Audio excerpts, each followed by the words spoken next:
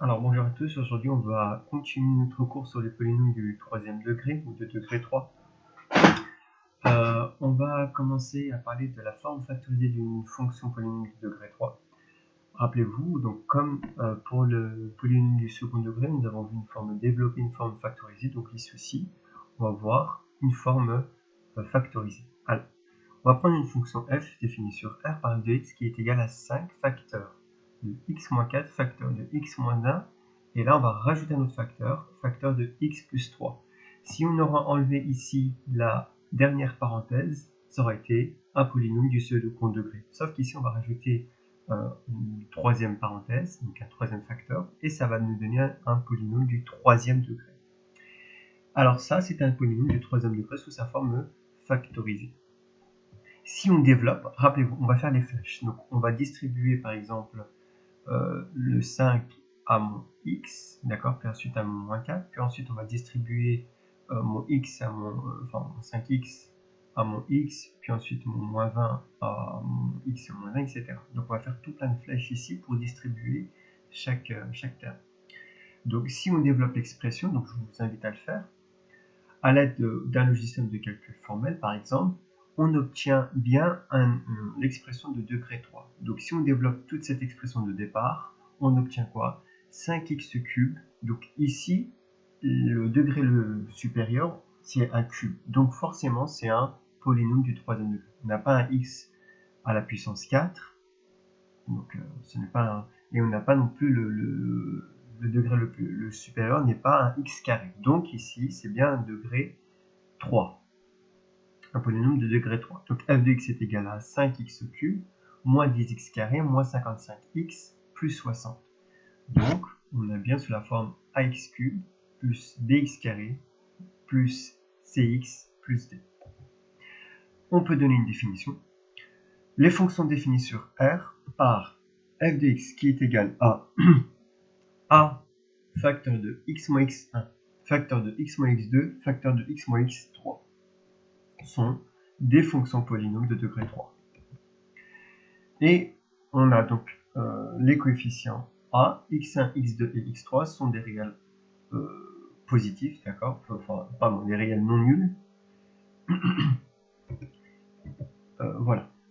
Alors ça, c'est concernant la définition.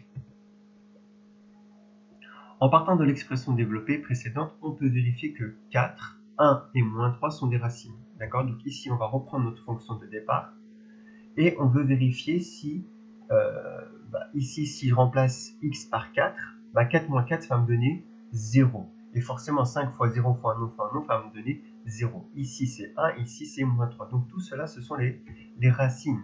D'accord? De la même manière qu'on avait des racines dans le polynôme du second degré, on fait exactement le même procédé pour cette fois-ci les polynômes de degré 3. Donc ici, on peut vérifier que 4, 1 et moins 3 sont les racines du polynôme de la fonction f. Par exemple, si je prends f de moins 4, f de 4, pardon. F de 4, ça me donne 5 fois 4 au cube, moins 10 fois 4 au carré, moins 55 fois 4, plus 60. Je tape ça à ma calculatrice et ça me donne 0. Si je fais f de 1, je tape ça à ma calculatrice, ça va me donner 0 aussi. Donc à chaque fois que je rencontre x, je veux le remplacer par 1. Et ensuite, je fais f de moins 3. Donc ici, on n'oublie pas les parenthèses. Donc c'est moins 3 entre parenthèses au cube, d'accord? Et ça me donne aussi 0. Alors, on peut conclure que 4, 1 et moins 3, solution de l'équation f de x est égal à 0, sont des racines de f. Alors, on peut passer à la propriété.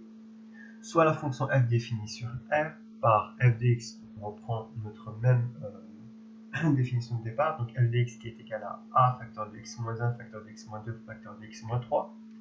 L'équation f de x est égal à 0 possède combien de solutions? Cette fois-ci, 3 solutions éventuellement égales. 3 solutions. D'accord? Donc là, il n'y a plus que, comme on avait vu avec les polynômes du second degré, c'était 2 solutions. Là, c'est 3 solutions qui sont x est égal à x1, x est égal à x2 et x est égal à x3 qui sont appelées les racines de la fonction polynôme f. Maintenant, on va passer à une méthode. On veut étudier le signe d'un polynôme de degré 3.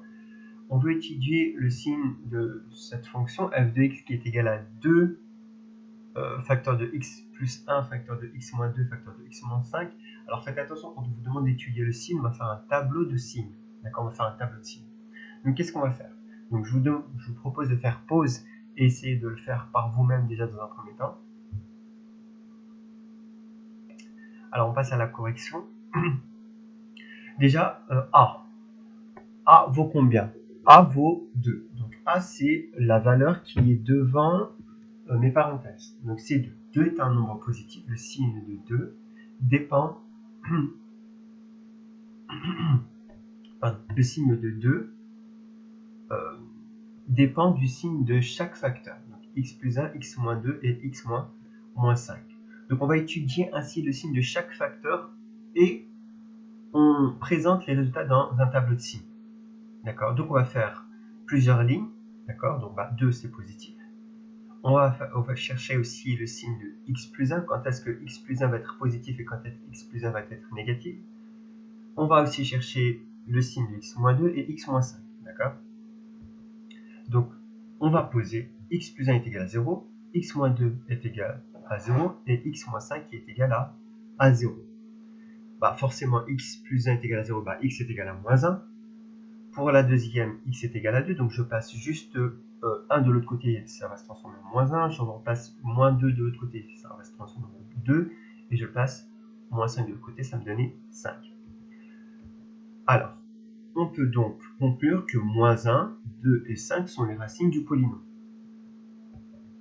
En appliquant la règle des signes dans le tableau suivant, on pourra déduire le signe du produit. Alors, comment on va faire? Donc, on reprend notre fonction de départ. Donc, on a f de x qui est égal à 2, facteur de x plus 1, facteur de x moins 2, facteur de x moins 5. Regardez, ici on a tout notre tableau de signes.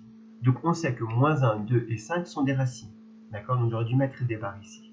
D'accord? J'aurais dû mettre des barres parce qu'on sait que ça va nous donner 0. Bon.